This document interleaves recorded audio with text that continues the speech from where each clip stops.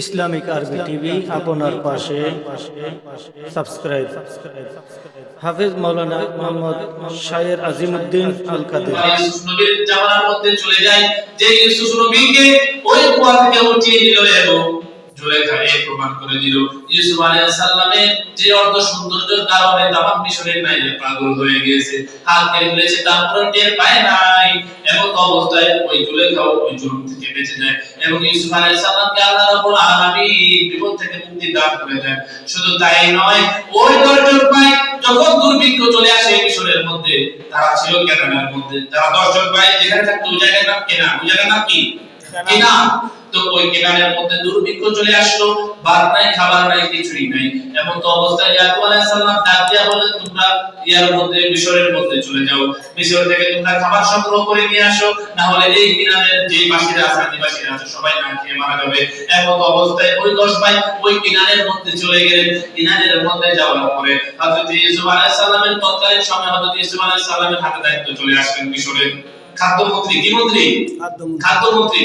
হযরত ইউসুফ আলাইহিস সালামকে খাদ্যমন্ত্রী বানিয়ে দেওয়া হলো এবং বিভিন্ন ধরনের যে বড় বড় অনুষ্ঠানগুলো আয়োজন হয়, সেই অনুষ্ঠান আয়োজন করার যে মূল মাধ্যম হয় সেটা হচ্ছে হযরত ইউসুফ আলাইহিস সালাম। হযরত ইউসুফ আলাইহিস সালামের হাতের মাধ্যমে যে টাকাগুলো যা দেওয়া সবকিছু যায়, আবার যা হিসাব আসা সবকিছু ওনার মাধ্যমে কি হিসাবগুলো চলে আসে। তো এতদিনের মধ্যে ইউসুফ আলাইহিস সালামকে আল্লাহ রাব্বুল আলামিন মিশরের খাদ্যমন্ত্রী বানিয়ে দিলেন। এমন অবস্থায় যখন ওই 10 জন ভাই হযরত ইউসুফ আলাইহিস সালামের দরবারে যায়, যাওয়ার পরে তাদের আগে বলে যে আমাদের কিনাদের মধ্যে কোনো খাবার নাই, আমাদের দুর্ভিক্ষ ধরে ফেলেছে, তাই না কেন জানি এমন হচ্ছে, আমার বাবা খুব অসুস্থ হয়ে গেছে। হযরত ইউসুফ আলাইহিস সালাম তার 10 জন ভাইকে দেখে চিনে ফেললেন। কি ফেললেন? চিনে ফেললেন। চিনে ফেলার পরে বললেন, ঠিক আছে তোমরা যাইবা, কিন্তু একটা শর্ত আছে, তোমাদেরকে আমি গম দেব, একটা শর্ত আছে। বলে কি? বলে তোমরা যাওয়ার পরে তোমাদের যে 11 নাম্বার ভাই আছে ওই ভাইটাকেও তোমরা নিয়ে আসতে হবে।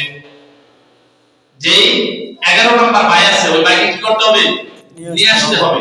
তখন তারা অবাক হয়ে গেল যে আমরা তো অনেক আগে হযরত ইউসুফ আলাইহিস সালামকে হারিয়ে ফেলেছি, এই মিথ্যা সংবাদ আমরা দিয়েছি, না জানি এখন যদি আবার আব্বু থেকে ওই 11 নাম্বার ভাইকে আমরা চাই, ছোট ভাইটাকে যদি আমরা চাই, তাহলে যদি আমার আব্বা না দেয়, যদি আমার আব্বা না দেয়, এটা নিয়ে তারা দুশ্চিন্তার মধ্যে পড়ে গেল। আবার অন্যদিকে এই চিন্তাও তাদেরকে করে করে খাচ্ছে, যদি তারা খাবার সংগ্রহ করে না নিয়ে যায়, তাহলে ওই কিনার বাসীরা যারা আছে সবাই না খেয়ে মারা যাবে। তখন তারা বলে, হ্যাঁ ঠিক আছে, আমরা আমাদের যে ছোট ভাইকে আমরা নিয়ে আসবো। ছোট ভাইকে আমরা কি করবো? নিয়ে আসবো। তখন বললো যে আপনারা সবাই যেতে পারবেন না, আপনারা সবাই যেতে পারবেন না। বলে কেন? বলে আপনাদের 10 জনের মধ্যে যে কোনো একজন এই খাবারগুলো নিয়ে যাবে, কেনানের মধ্যে যে কোনো একজন এই খাবারগুলো নিয়ে যাবে। বলে ঠিক আছে। তখন ইয়াহুদা বলল, আমি নিয়ে যাব।